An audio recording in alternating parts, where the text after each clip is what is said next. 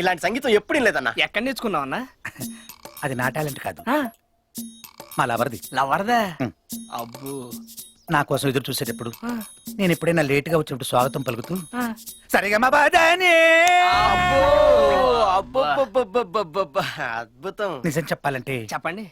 మమ్మల్ని ఇద్దరిని కలిపింది ఈ సంగీతమే. అబ్బబ్బబ్బా, బాగా క్యాచ్ చేశారు, బాగా క్యాచ్ చేశారు. థ్యాంక్ యూ అన్న. నీ లవ్ స్టోరీ వింటుంటే నాకు కూడా లవ్ చేయాలనిపిస్తుంది అన్న. నీ లవర్ పేరేంటన్నా? స్వీట్ నేమ్ అయింటదిలే. సత్యనారాయణ రెడ్డి. సత్యనారాయణ రెడ్డి. ముద్దుగా సత్యం అని పిలుచుకుంటాను. సరిగా మా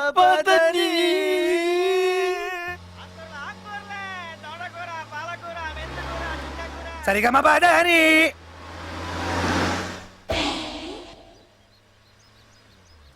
ఒరేయ్ అన్నా, వాడే ఆ దొండపండే నాకు కావాల్సిన అసలైన సరిగమ బాధానే. కానీ వాడు నీ టైప్ లో లేడు కదన్నా. ఒరేయ్లు, ప్రపంచంలో ఏ సరిగమలు కావాలన్నా కావాల్సింది డబ్బురా. అది వాడి బాబు దగ్గర చాలా ఎక్కువ ఉంది. ఆడు మళ్ళా కాకుండా బాగా కష్టపడి సంపాదించుంటాడన్నా. కరెక్ట్ గా చెప్పావు కన్నా.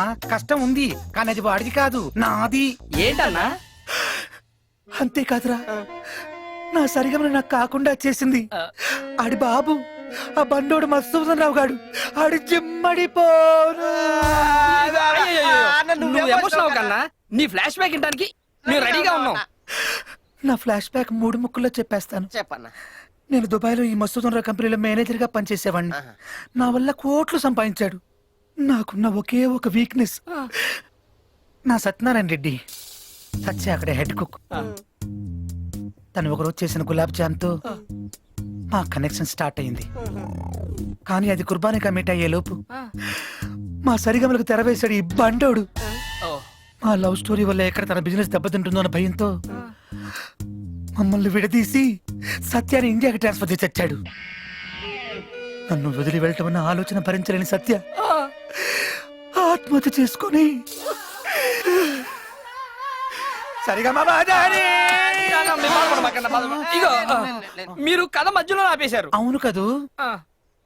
నా లవర్ చావుకు కారణమైన ఆ మధుసూదన్ రావు మీద రివెంజ్ తీసుకోవాలని ఇండియాకి వచ్చేసాను. కానీ ఆవేశంలో ఉన్న నన్ను నా సరిగమ స్నేహితులు కూల్చేసి, ఒరే నీ లవర్ జ్ఞాపకాల చిరకాలం నిలిచిపోయేలాగా ఏదో ఒకటి చేయడానికి సలహా ఇచ్చారు. అది నాకు నచ్చింది. వెంటనే తాజ్మహల్ స్టైల్లో సత్యమహల్ నిర్మించాలనుకున్నాను. కానీ నాకున్నవన్నీ పెట్టినా ₹1 కోటి తగ్గుతుంది. నువ్వు ఇస్తావా? నువ్వు ఇస్తావా?